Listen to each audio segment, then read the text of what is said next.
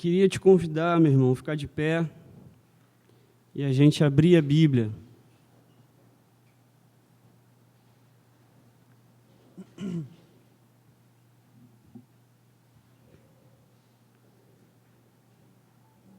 Livro de Neemias, capítulo 2.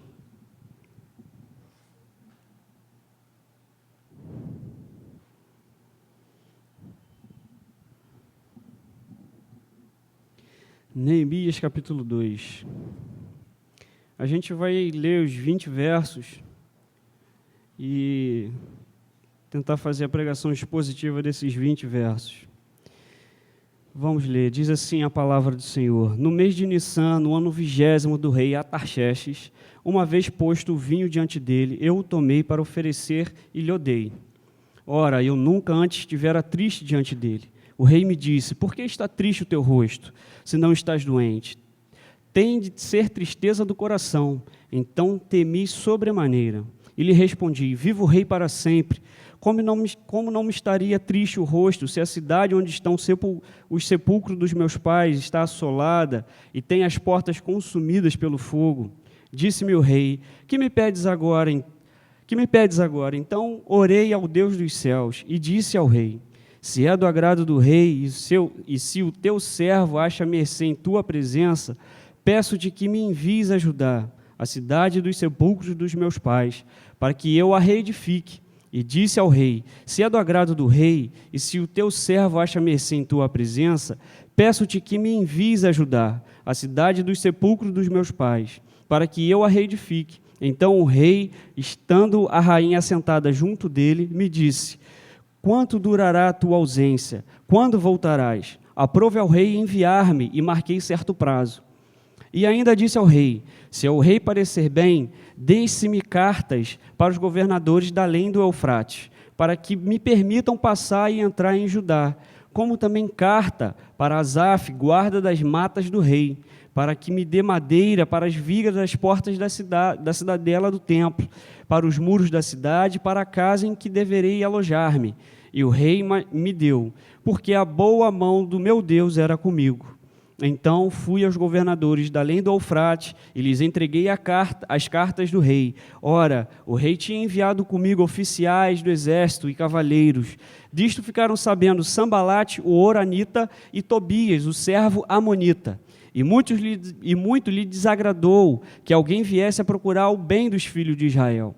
Cheguei a Jerusalém, onde estive 3 dias. Então, à noite me levantei, e poucos homens comigo, não declarei a ninguém o que o meu Deus me pusera no coração para eu fazer em Jerusalém.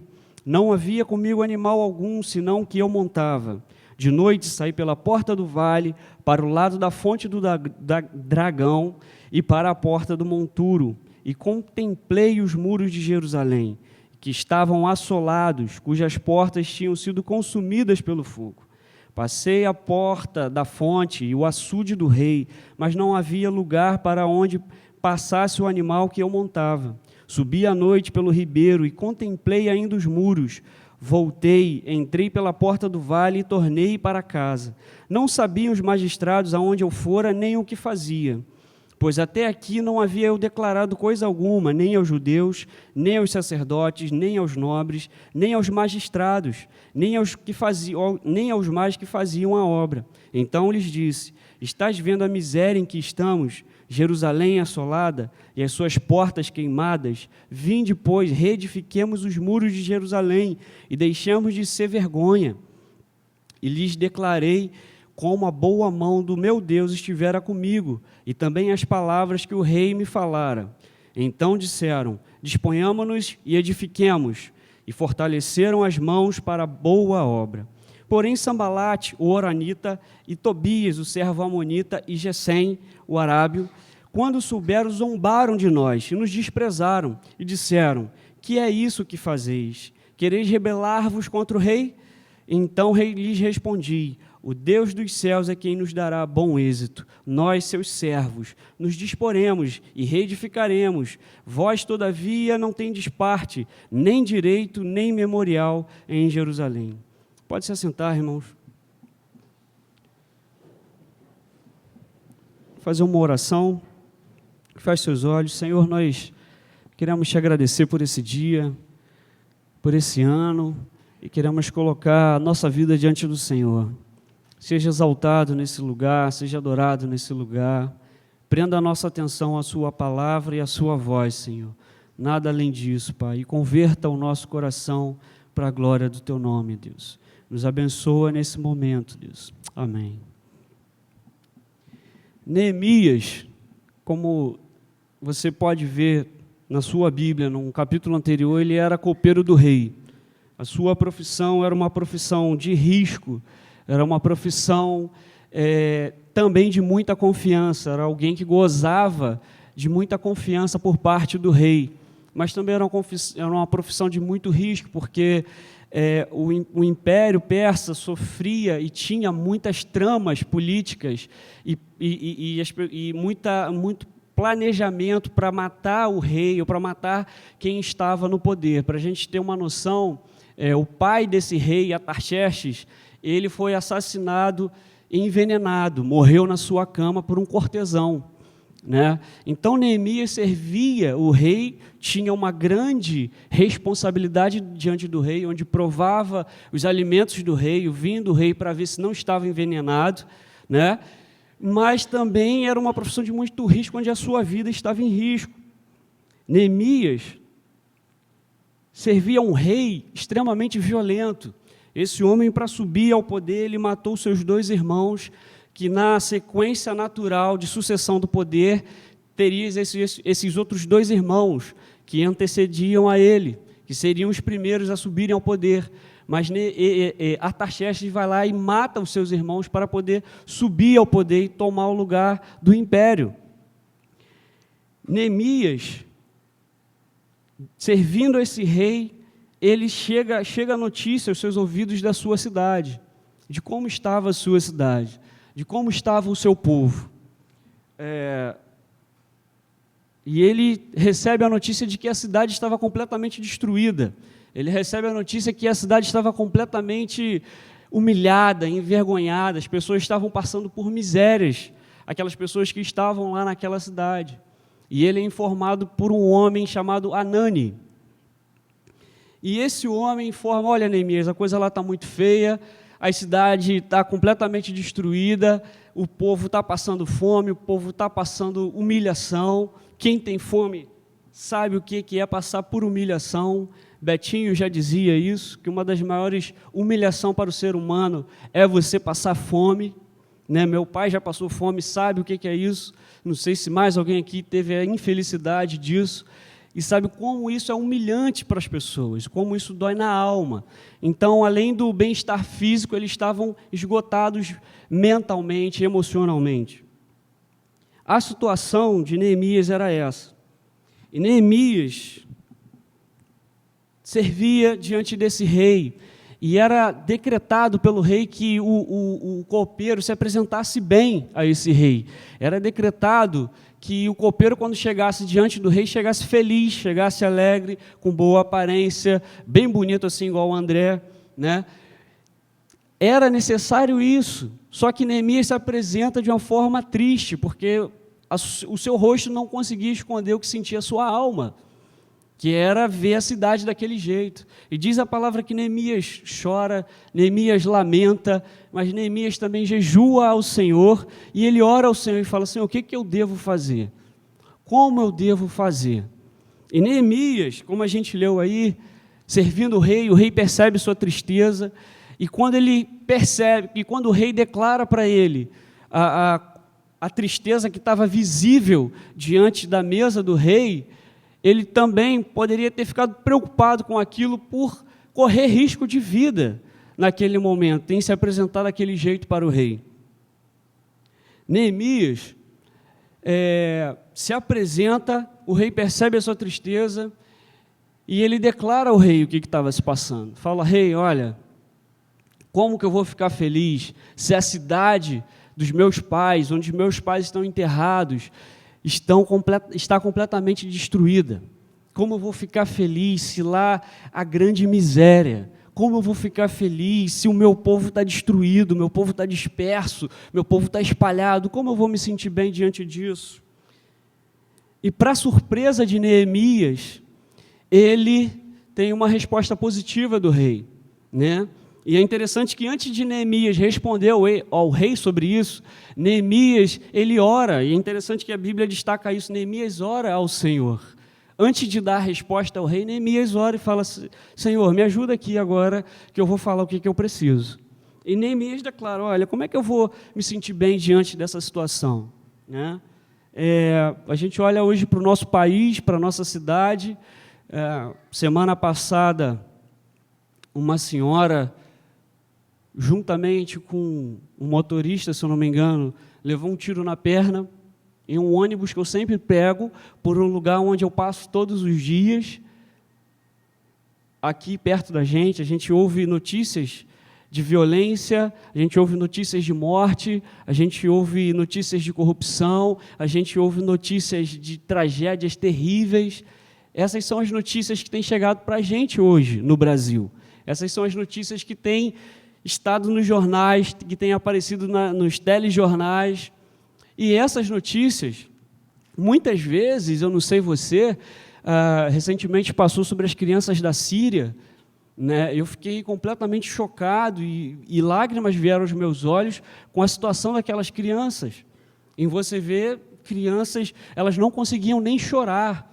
O estado daquelas crianças eram terríveis. Então, eu olho para a Síria hoje, vendo a cidade completamente destruída, e penso aqui em Jerusalém, e vendo o povo na miséria, as crianças órfãos, dispersas, distraídas, espalhadas, isoladas, sem ajuda, sem sustento, sem nada. E, às vezes, as notícias ruins chegam para a gente. Às vezes, as notícias de tragédias chegam na nossa família. É alguém que você descobre que está envolvido com drogas, é alguém que você descobre que está envolvido com crime, é alguém que você descobre que está envolvido com adultério, é alguém que você descobre que está passando por um problema de saúde muito sério. Então, essas notícias chegam aos nossos ouvidos, e às vezes praticamente todos os dias, e às vezes parece que chega de uma vez só, né? Vem, um dia você recebe a notícia, outro dia recebe outra notícia, pior ainda, e as notícias vão chegando e você fala: meu Deus, não dava para mandar uma a cada mês, não? Manda tudo junto assim? Manda parcelado, igual carnê de Casas Bahias, né? Manda dividido, mas às vezes as notícias chegam assim. Bom, Neemias, ele tem uma resposta positiva do rei. E o rei concede tudo aquilo que Neemias pede. Neemias coloca diante do rei as suas necessidades, Neemias coloca diante do rei o que ele precisava, do que ele precisava, e o rei assim o faz, segundo a boa mão do Senhor. É interessante que Neemias, Esdras, que na verdade foi quem escreveu essa carta, esse livro, que antes era conhecido como um só, mas depois ele foi dividido em dois, em Esdras e Neemias. Esdras era o sacerdote e escriba. Ele, quando escreveu essa carta, ele faz questão de falar que a boa mão do Senhor era sobre Neemias. O que me faz pensar que, quando nós somos bem-sucedidos naquilo que fazemos, é a boa mão do Senhor. Se você hoje tem casa, se você hoje tem um carro que possa te conduzir para onde você precisar, se hoje você tem família, se hoje você tem saúde, isso é a boa mão do Senhor. Se você chegou até 2017, isso é a boa mão do Senhor sobre a sua vida. Se você tem emprego, isso é a boa mão do Senhor sobre a sua vida. Se o pão nosso de cada dia não tem faltado sobre a sua vida, isso é a boa mão do Senhor sobre a nossa vida. A gente precisa ver quando as coisas acontecem, assim como Neemias e o rei foi dando a ele aquilo que ele precisava, a gente precisa enxergar como a boa mão do Senhor sobre as nossas vidas, porque muito me espanta às vezes algumas pessoas falarem: cara, eu estudei muito, olha, eu trabalhei muito. Amém? Sim, tem que ser assim mesmo. Você tem que estudar muito, você tem que trabalhar muito, mas tem muita gente que estuda muito, trabalha muito e não passa às vezes no concurso. Tem muita gente que estuda muito, trabalha muito e às vezes não consegue ser bem-sucedido naquilo que faz. Tem muita gente que é muito dedicada, muito empenhada, e às vezes não atinge aquilo que necessita ou aquilo que deseja. Então, se você tem hoje, aquilo que você tem hoje, dê graças a Deus. Chegamos até 2017, cara, graças a Deus. Graças a Deus, porque até aqui a boa mão do Senhor tem sido sobre a nossa vida. Neemias, ele continua. Ele parte em direção a Jerusalém, ele entrega as cartas, ele caminha, mas no meio desse caminho aparecem dois sujeitos, Sanbalat e Tobias. Esses dois homens aparecem e já diz a palavra que eles ficam irritados com aquilo. Eles ficam raivosos com aquilo, em saber que tinha alguém querendo o bem de Jerusalém. Então, para pensar comigo, Neemias corria risco de vida junto com o rei, parte para a sua cidade, ele recebe as bênçãos do Senhor, Deus o abençoa, ele prospera no seu caminho, está indo tudo muito bem, quando de repente chegam dois amigos, dois inimigos e se apresentam diante dele. E às vezes a vida é assim. Às vezes a vida cristã é assim, você está indo bem, está indo tudo muito bem, mas de repente, duas pessoas se levantam contra você, ou situações se levantam contra você, contra nós. Bom, Neemias age de forma, como a gente vai perceber, sempre de forma muito corajosa. Neemias sempre vai agir com muita fé, na certeza de que Deus estava com ele. Neemias, no verso 10, se você puder ler comigo, diz o seguinte: disto ficaram sabendo Sanbalat, o horonita, e Tobias, o servo amonita, e muitos lhes desagradou que alguém viesse a procurar o bem dos filhos de Israel. Sanbalat era um governador da província de Samaria, e Tobias também era um governador da província dos Amonitas. E Gesem, que mais tarde vai ser citado também era um governador mais para o lado dos árabes, né, da Síria, mais para esse lado aí. Então, a gente percebe que Israel, que Jerusalém, e precisamente Neemias, estava cercado de inimigos, estava cercado de gente que não queria ver o seu bem. Estava cercado, não era somente de gente que estava com inveja dele, gente que estava com mágoa dele, mas gente que estava completamente tomada de ódio em saber que aquele povo queria se reerguer. Ora, essa cidade, Jerusalém, era conhecida por muitos também como uma cidade rebelde, uma cidade que existiam muitos conflitos ali. Então, por saberem disso, eles chegam diante de Neemias e o questionam: olha, o que você está fazendo? Você está querendo ir contra as ordens do rei? Por que ele fala isso? Porque alguns anos antes havia uma tentativa de reerguer a cidade, os muros, e esses não foram bem sucedidos nisso. O rei decretou, o rei recebeu uma carta dizendo: olha, essa cidade aqui é uma cidade perigosa, esse povo aqui é um povo perigoso, não deixe esse povo se reerguer. E então a obra foi embargada e foi paralisada. Neemias estava diante desses dois homens que sabiam de todo esse contexto histórico, que sabiam de todos esses problemas, além de ter também, talvez, interesse político e econômico ali.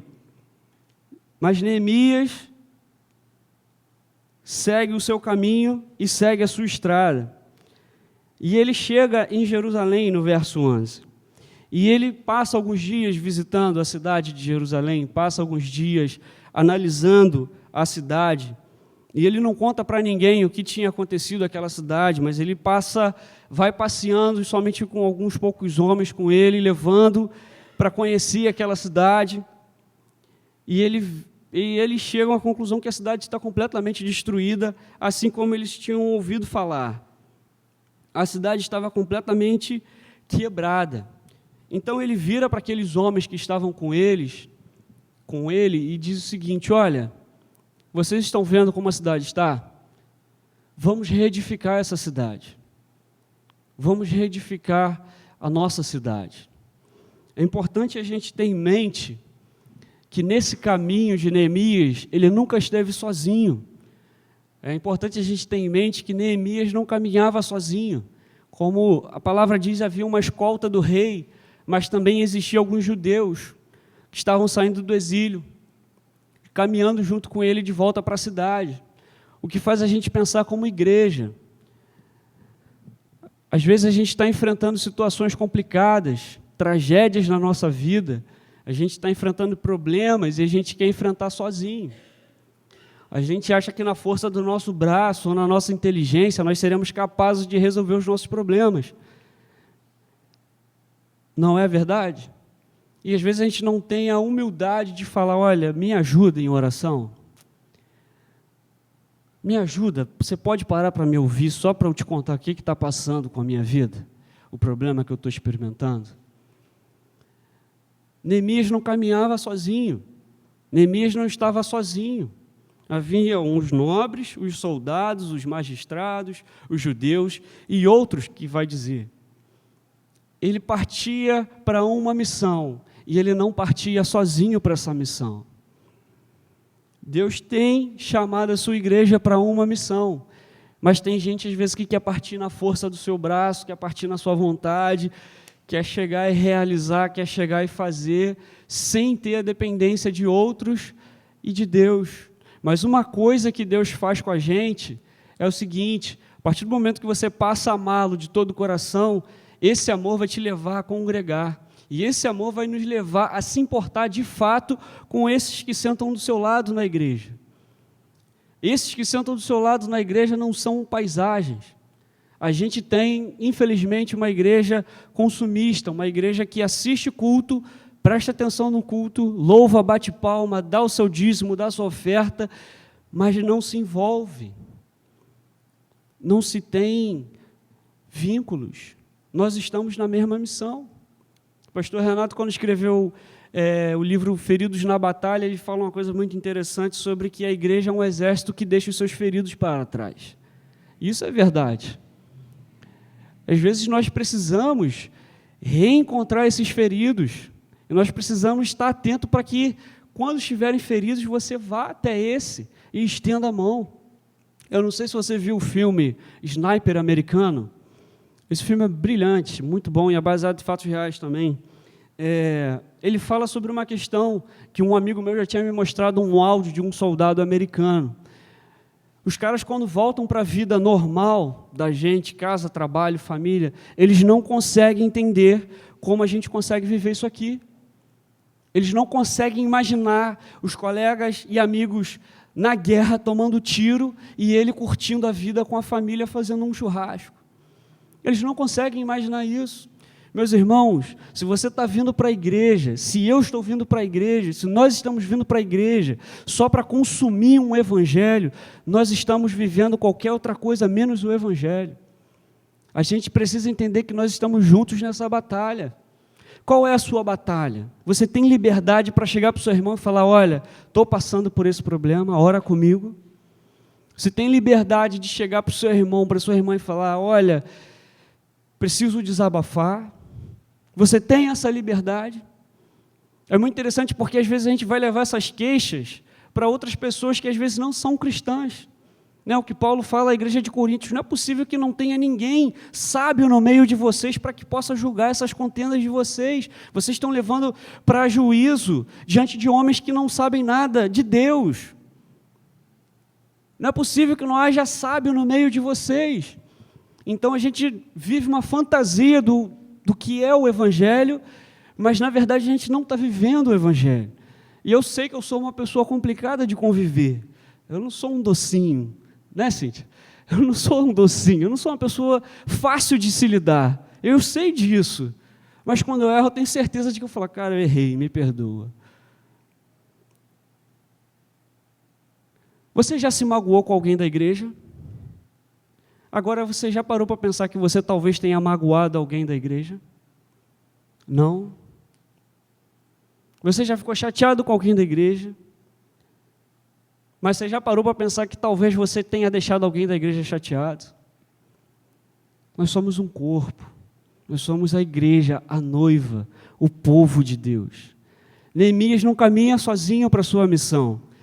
Neemias não vai batalhar sozinho essa guerra. Neemias entende que a mão do Senhor era sobre ele, e as pessoas que estavam com ele eram enviadas por Deus, cheias dos seus problemas, cheias dos seus defeitos, cheias de manias e vontades, cheias de problemas. Mas Neemias parte em direção. E quando o povo enxerga aquilo, Neemias conta para aquele povo falando: olha, a mão do Senhor tem me ajudado até aqui.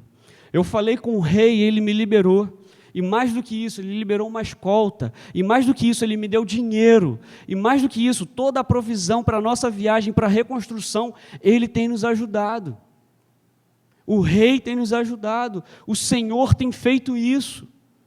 O Senhor usa quem Ele quer. O Senhor faz o que Ele quer. O Senhor tem usado a vida desse rei sanguinário, assassino, para eu poder chegar até aqui com vocês. Isso é a mão do Senhor sobre a nossa vida. Vamos reedificar. E aqueles homens, diz a palavra, que se fortaleceram e partiram para reedificar os muros e a cidade.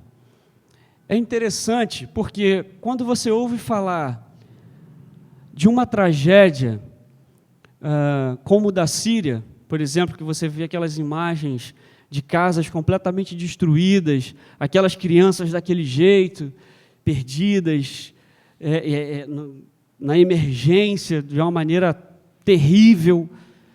Você vê aquilo, você fica doído com aquilo. Mas quando você vive aquilo, é diferente. Quando você passa por aquilo, é diferente. Porque é diferente quando uma pessoa chega para você e fala: Felipe, eu estou com câncer. Mas quando você vive o câncer, é diferente. É diferente quando uma pessoa fala o seguinte: Felipe, eu estou passando por dificuldade financeira na minha casa, está faltando pão na minha casa. Mas quando você que passa, é diferente isso. Quando você abre o seu armário e não tem nada para comer, é diferente. Quando você enfrenta uma enfermidade terrível, é diferente quando é com você. Quando é com as pessoas, às vezes a gente fala: não, meu irmão, vem cá, vamos orar. Ô Senhor Deus, muda até o tom de voz, né? Senhor Deus. E vai orar pela pessoa, cheio de fé. Mas agora quando é com você, meu Deus, meu Deus. E aqueles homens tinham ouvido falar de como estava a cidade. Mas depois de alguns dias passeando pela cidade, eles enxergaram como a cidade estava de fato, completamente destruída, completamente humilhada, em desgraça total. E depois de ouvirem que a mão do Senhor era sobre a vida deles, eles se fortaleceram e disseram: a gente vai se colocar à disposição do Senhor. Você tem se colocado à disposição, irmãos? Você tem falado: Senhor, eis-me aqui?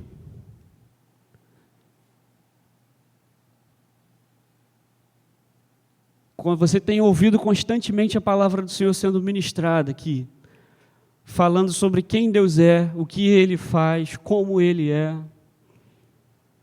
como Ele deseja a sua vontade. Nós temos domingo após domingo, reuniões após reuniões, ouvido o Evangelho. E você tem colocado à disposição, você tem se reanimado quando você ouve que a mão do Senhor tem estado sobre a nossa vida? Como você tem feito isso? Você tem se colocado à disposição e falar: Senhor, eis-me aqui. Eu conversando na ceia dos jovens que nós tivemos aqui, eu compartilhei uma coisa com eles, que eu perguntei para eles: vocês sabem por que o número de pastores cometendo suicídio no Brasil está crescendo? Suicídio, pastores, sim. Sabe por quê? Porque Deus capacitou você com um dom que Ele não capacitou ao pastor. Então é para todo o corpo funcionar.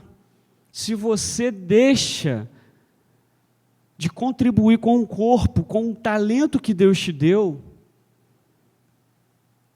você está prejudicando o corpo, a saúde do corpo.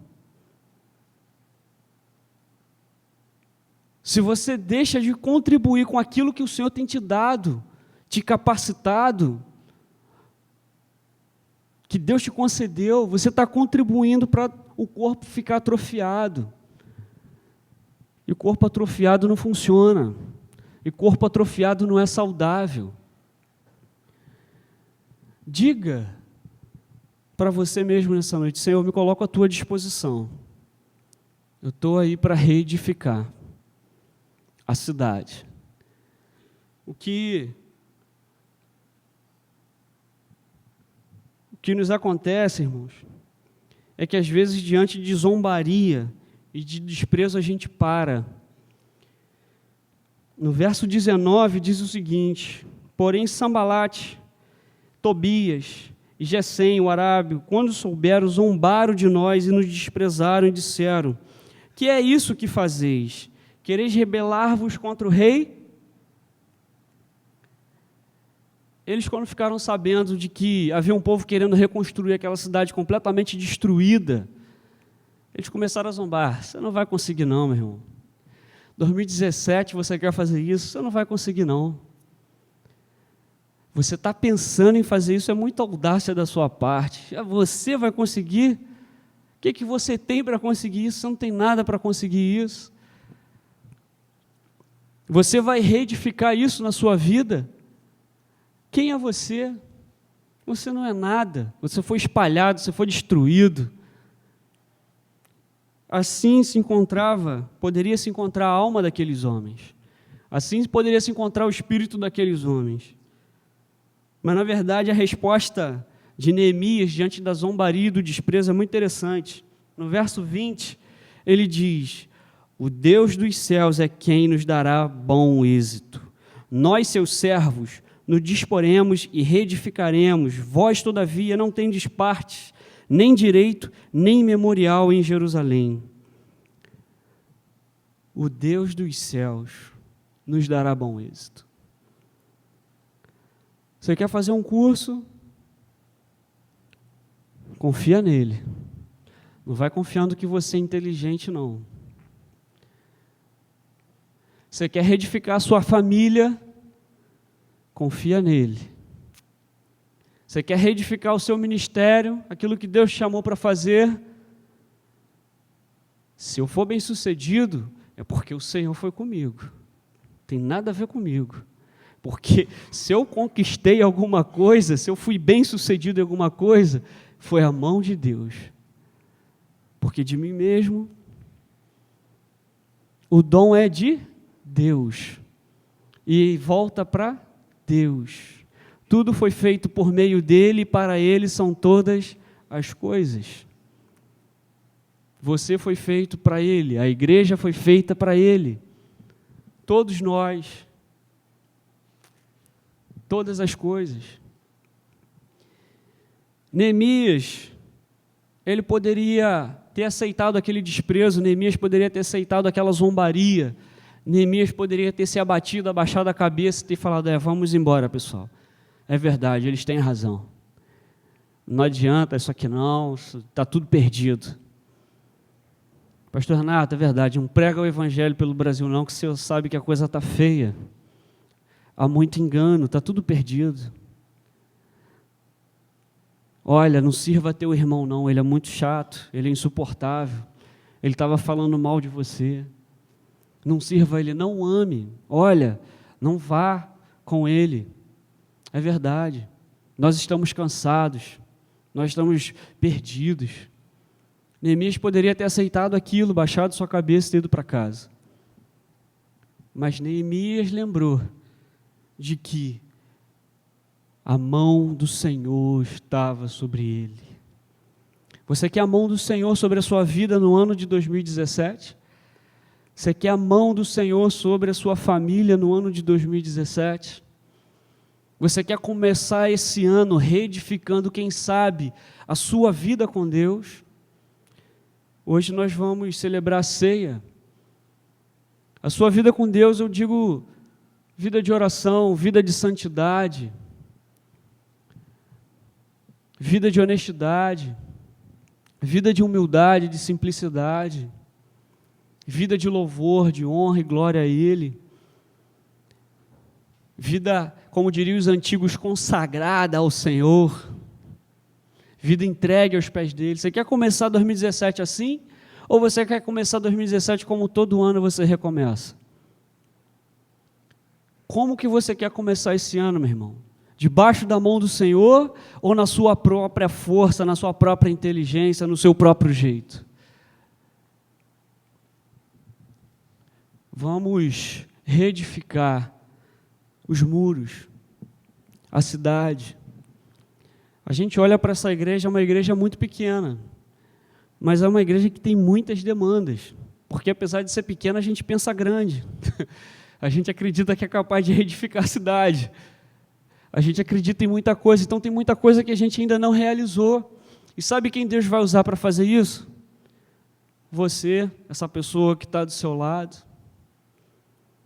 Meu irmão, não enxerga, procure não enxergar a igreja, em nome de Jesus, como um depósito de crente. Isso aqui não é um lugar que a gente quer ver cheio de crente, que não vai fazer nada, que não vai agir, que não vai orar, que não vai se compadecer, que não vai tomar as cargas uns dos outros. Se você vem com essa ideia, mude de ideia. Isso aqui não é depósito de crente, mas isso aqui é um corpo vivo e ativo, é um corpo que trabalha, a gente tem muito trabalho. Eu adoro quando as pessoas viram para mim, né, Isabela? Isabela virou para mim e falou: pastor, o que você precisar, pode contar comigo. Eu falei: beleza, vamos subir o morro aqui, a pé, junto, agora debaixo de sol, de meio-dia de verão. Isso é um propósito com Deus que a gente vai fazer. Estou brincando, tá? Mas é legal quando você vê pessoas assim, que falam: olha, pastor, pode contar comigo. O que o senhor precisa? O que a gente está precisando para fazer? É gente que não quer status, é gente que não quer parecer espiritual, é gente que quer servir o seu próximo, é gente que quer se colocar na mão de Deus, entendendo que a mão de Deus é sobre a vida dela, é gente que ama o seu próximo e ama a igreja dele, a igreja do Senhor, e quer servir.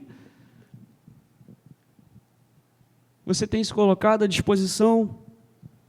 Eu sei que a gente está quebradinho hoje, né? A gente foi dormir tarde ontem e tem muita gente cansada demais hoje aqui, inclusive eu. Esses últimos 15 dias de dezembro eu trabalhei mais ou menos de 12 a 14 horas por dia. Davi uma vez acordou de madrugada e falou assim: papai, trabalhando? Então eu estou assim, exausto, como diria um amigo meu, exaurido, né? Mas, Senhor, eis-me aqui. Eu quero dar os melhores dias da minha vida para o Senhor. Eclesiastes vai dizer: lembra-te do Senhor nos dias da tua mocidade. Guinho ainda é um cara novo, apesar do cabelo branco, da artrite, artrose, de tudo isso ainda é um jovem. Coloque-se na mão do Senhor. Reedifique. O que você precisa reedificar na sua vida nesse ano? O que você precisa reedificar? Precisa reedificar a sua família, precisa reedificar o seu casamento, precisa reedificar a sua relação com seus pais, está faltando respeito, está faltando obediência. O que você precisa reedificar? Pare para pensar. Queria te convidar a ficar de pé nessa noite e a gente fazer uma oração sobre isso.